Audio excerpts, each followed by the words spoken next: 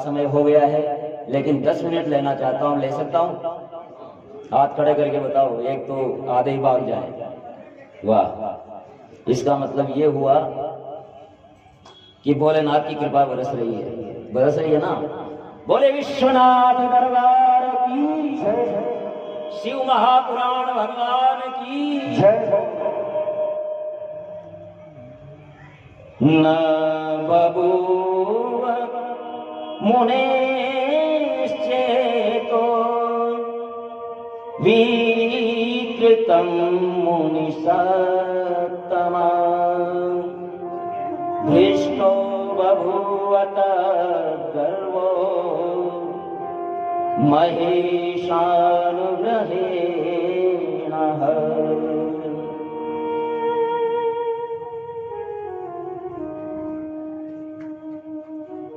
वहां तो भोलेनाथ की छत्र छाया थी। दरअसल ये वही गुफा थी जहां कामदेव को भगवान ने भस्म किया था। पार्वती के तपस्या के समय में इंद्र ने भेजा था कामदेव को। कामदेव ने भगवान शिव की तपस्या भंग करने की कोशिश की और भगवान का तीसरा नेत्र खुला और कामदेव जल गया। रति की प्रार्थना पर उन्होंने अनंग होने के लिए वर दे दिया, शरीर नहीं रहेगा, लेकिन इस परिक्षेत्र में मेरी तपस्थली में तेरा कोई जोर नहीं चलेगा। यही कारण था कि नारद जी पर कोई असर नहीं हुआ और नारद जी ने ये समझ लिया कि मेरी तपस्या, मैंने ऐसी तपस्या की कि कामदेव हार कर ही चला गया, मैं कामदेव को जीत चुका हूं। उस समय तो नारद जी को कोई विकार नहीं हुआ, लेकिन इंद्र का गर्व अवश्य नष्ट हो गया और विस्मितो भूत सुराधीश प्रशंसात नारदं, तद्वृतां तानभिनोहि मोहिता शिव मायया। इंद्र बड़ा विस्मित हुआ। इतना महान पुरुष, मेरे इतने प्रयासों के बाद भी इनकी तपस्या भंग न हुई। बहुत काल तक वहां ध्यान लगाए रहे नारद जी और अपनी तपस्या पूर्ण समझ करके तपस्या को विराम दिया। अब नारद जी को पता लगा, अरे मैंने तो कामदेव को विजित कर लिया, कामदेव को जीत लिया मैंने। कामाजयं निजं मत्वा, मैंने कामदेव को जीता। कामाजयं निजं मत्वा, गर्वितो भूमुनीश्वर, व्रथैव विगत ज्ञानं, शिव माया विमोहित।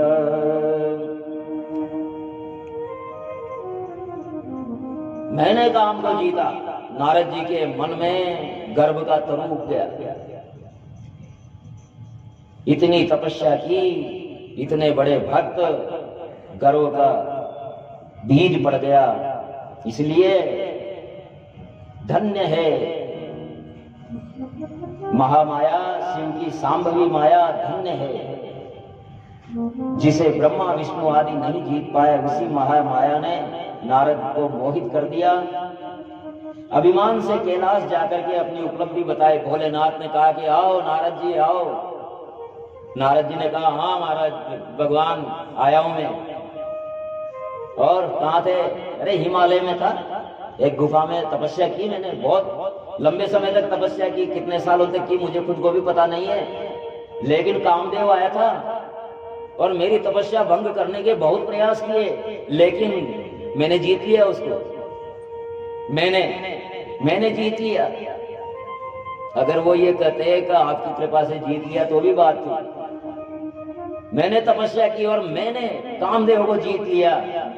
भोलेनाथ ने कहा, नारद जी आप विष्णु भक्त हो और विष्णु भक्त मुझे विशेष प्रिय होते हैं। भोलेनाथ कह रहे हैं कभी ऐसा मत करना कि किसी विष्णु भक्त को ममद्रोही शिवदास कहावा, सोनर सपने मोह न पावा। भगवान भोलेनाथ कह रहे हैं कि विष्णु भक्त मुझे विशेष प्रिय है, मेरे भक्त इतने प्रिय नहीं जितने विष्णु के भक्त हैं, क्योंकि विष्णु को पूज्य शिव ने ही बनाया है। और एक और राज की बात, रहस्य की बात यह है कि विष्णु महाकाली के अवतार है।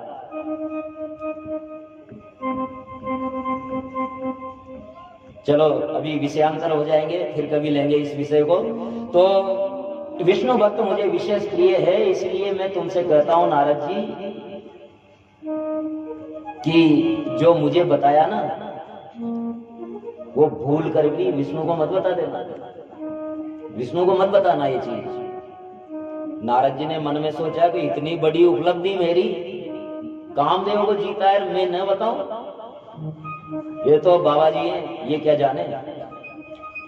मोहित होने के बाद क्या होता है, किसी को कुछ नहीं समझता आदमी। जब अपना घमंड आ जाता है ना, मैं नष्ट कर देती है। भगवान भोलेनाथ ने मना किया था, लेकिन नारद जी महाराज वैकुंठ में चले।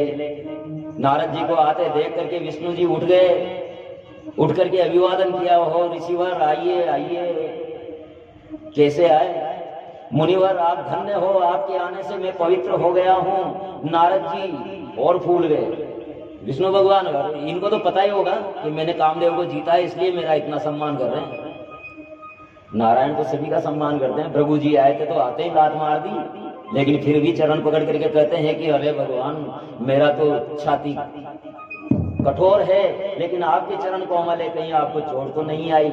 वो नारायण सम्मान कर रहे हैं। नारद जी समझ रहे हैं कि मैंने काम को जीता है, इसलिए मेरा सम्मान कर रहे हैं। उल्टी गंगा। तो नारद जी ने कहा कि हिमालय में चला गया था, ध्यान लग गया, तपस्या की थी और वो तपस्या सफल करके आया हूं मैं। अरे आपको ध्यान नहीं है, कामदेव आया था। भोलेनाथ ने बहुत मना किया था। कामदेव आया था और उसने बहुत प्रयास किया मेरी तपस्या को भंग करने का, लेकिन वो तपस्या भंग नहीं कर पाया। इतनी कठिन तपस्या थी मेरी। भगवान विष्णु ने नारद जी से कुछ नहीं कहा, लेकिन मन ही मन शिव की माया को प्रणाम किया। देव देव महादेव प्रसीद परमेश्वर, धन्यस्त्वं शिव धन्याते, माया सर्वविमोहिनी, माया सर्वविमोहिनी। शिव चरणों का ध्यान करते हुए विष्णु भगवान कहते हैं कि धन्य है भोलेनाथ, धन्य है आप और धन्य है आपकी माया। शिव चरणों का ध्यान करते हुए फिर विष्णु भगवान नारद जी से कहते हैं, अब नारद जी ने तो इतनी बड़ी बढ़ाई कर दी, अब विष्णु से क्या कहें। तो उनसे कहा, अरे फिर जब कोई घमंडी आता है ना, तो फिर उसकी बढ़ाई करनी पड़ती है। अगर उसकी बढ़ाई नहीं करें तो वो और खुर्राट हो जाता है, उससे दुश्मनी लेना पड़ जाता है। फिर अगर कोई अभिमानी आ गया और उसकी बढ़ाई नहीं की तो वो तो आया ही बढ़ाई करवाने हैं। घमंडी आदमी जो होता है, अभिमानी आदमी जो होता है, वो चाहता है कि हर आदमी मेरी बढ़ाई करे, और अगर किसी ने बढ़ाई नहीं की तो फिर उसकी सामत है, दुश्मनी पाल लेता है उससे। भगवान विष्णु, नारद जी, यहाँ ऐसी बात नहीं थी, नारद जी किसी से शत्रुता नहीं पाले हुए थे, लेकिन वो गर्व उनके अंदर में प्रकट हो गया था। नारद जी से कहते हैं, नारद अभी तक तो और बढ़ाएंगे इसको, इस गर्भ के तरु को और बढ़ाएंगे अभी तो। धन्यास्त्वं मुनिशार्दूलम् तपोनिधि उदारम् भक्ति कृतं नय शास्ति काम मोहादयो मुनि। अरे नारद जी महाराज, क्या बात है, आपकी तो सुर नर मुनि सब बड़ाई करते हैं, आप तो देवर्षि हैं, आपसे भला कामदेव बेचारा क्या जीतेगा, नहीं जीत सकता, ये कोई आश्चर्य वाली बात नहीं है, आपसे तो कामदेव को हारना ही था। नारद जी ने कहा भगवान आपकी कृपा है। गर्व से, मन से अगर कह देते ना कि आपकी कृपा है जब तो फिर भी कोई बात थी, लेकिन गर्व तो ये कि मैंने जीता, लेकिन दिखाने के लिए कहते हैं कि भगवान आपकी कृपा है।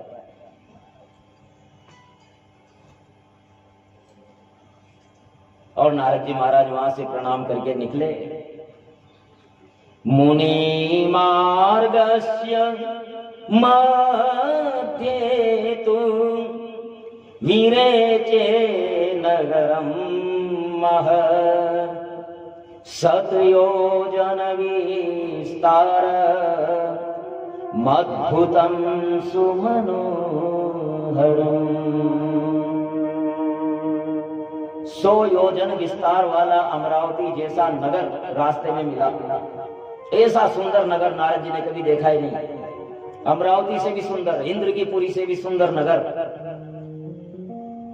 वहां के राजा का नाम शील निधि। राजकुमारी के स्वयंवर की तैयारी में पूरा नगर लगा हुआ था। स्वयंवर हो रहा है, स्वयंवर हो रहा है। किसका हो रहा है? राजा जी की लड़की का, राजकुमारी का। नारद जी इस कौतुक को देख करके कौतुकाक्रांत हो गए।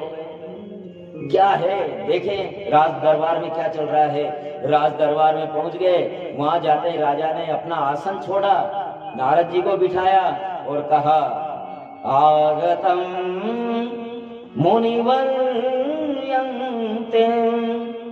दृष्ट्वा शील निधि नृप उपवेश्यार्चयां चक्रे रत्न सिंहासने पर। अपना आसन छोड़ करके और नारद जी को बिठाया और अपनी कन्या को देव ऋषि के चरणों में रख दिया। इसका भविष्य बताओ महाराज। भविष्य देखा, उसका हाथ देखा तो नारद जी देखते ही रह गए। पहले तो उसका रूप देखते ही रह गए। कन्या का रूप ऐसा कि नारद जी मोहित हो गए, ये कन्या। और जब हाथ देखा तो फिर तो नारद जी की सिट्टी पिट्टी गुम हो गई कि अरे ये कन्या, इसको जिसको भी ये वरेगी उसको कोई जीत ही नहीं सकता।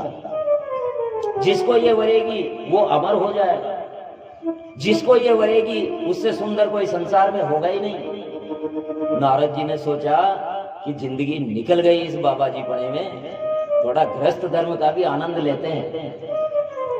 अच्छा है, इतनी सुंदर लक्ष्मी की जैसी कन्या है तो इससे क्यों नहीं विवाह करें।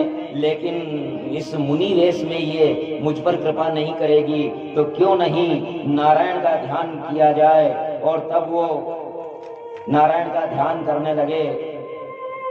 श्रीमन नारायण नारायण नारायण, श्रीमन नारायण नारायण नारायण, बद्री नारायण नारायण नारायण, बद्री नारायण नारायण नारायण, श्रीमन नारायण नारायण नारायण।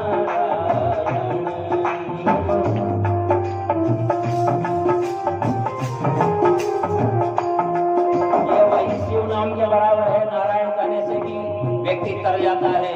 ओम नमः शिवाय कहो या नारायण कहो एक ही बात है। नारायण बड़े प्रेम से कहना है।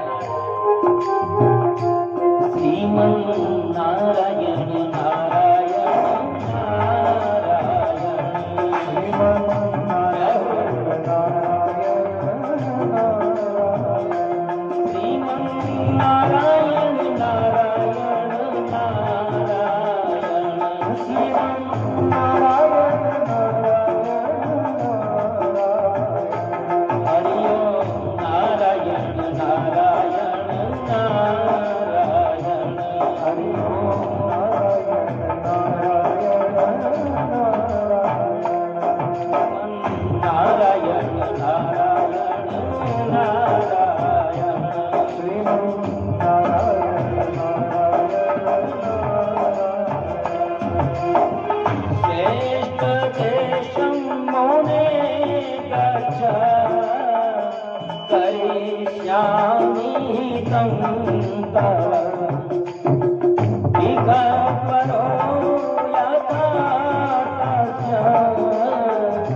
यत प्रिय तरोसी में।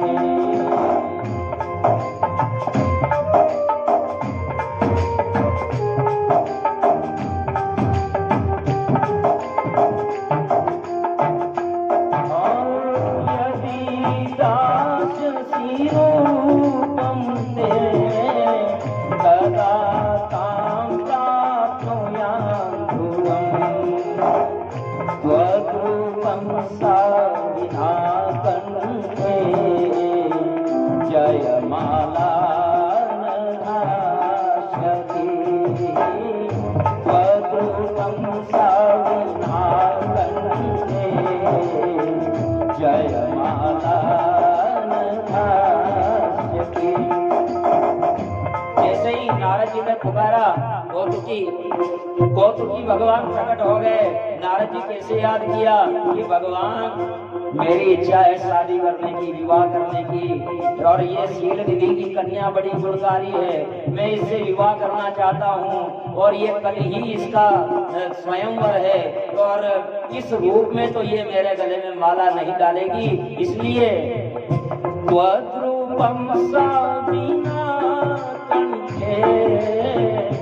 जयमाला आपके रूप के बिना ये मेरे गले में माला नहीं डालेगी, इसलिए हे प्रभु कृपा करो। नारायण ने फिर शिव कृपा को प्रणाम किया, मुस्कुराए और बोले, नारद जी जो आपके हित में होगा मैं वही करूंगा।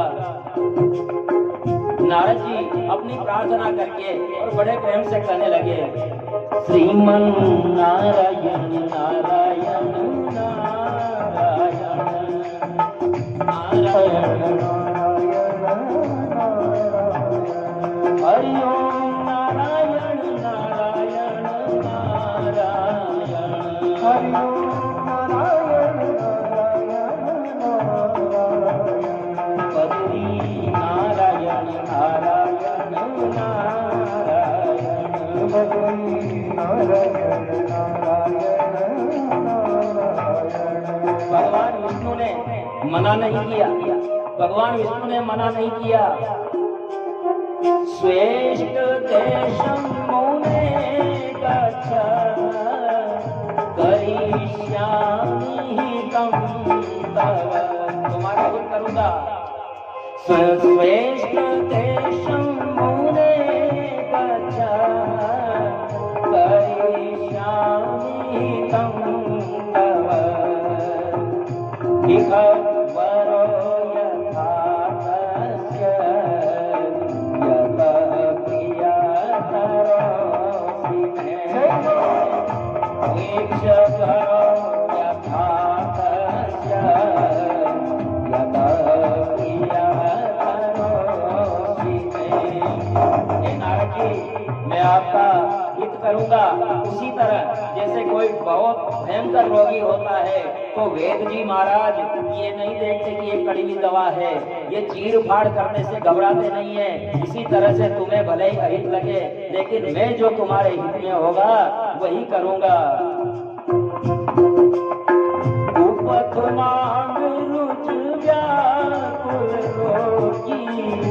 वेदन दे सुनो मुनि जोगी, उपत मांग रुच व्याकुल रोगी, वेदन दे सुनई मुनि योगी। एहि विधि हित तुम्हार में धरऊं, कहि अंतर हित प्रभु कर गयऊं। एहि विधि हित तुम्हार में धरऊं, कहि अस अंतर हित प्रभु गयऊं। श्रीमन नारायण नारायण नारायण श्रीमन नारायण नारायण नारायण बद्री नारायण नारायण नारायण बद्री नारायण नारायण नारायण हरि ओम नारायण नारायण नारायण हरि ओम नारायण नारायण नारायण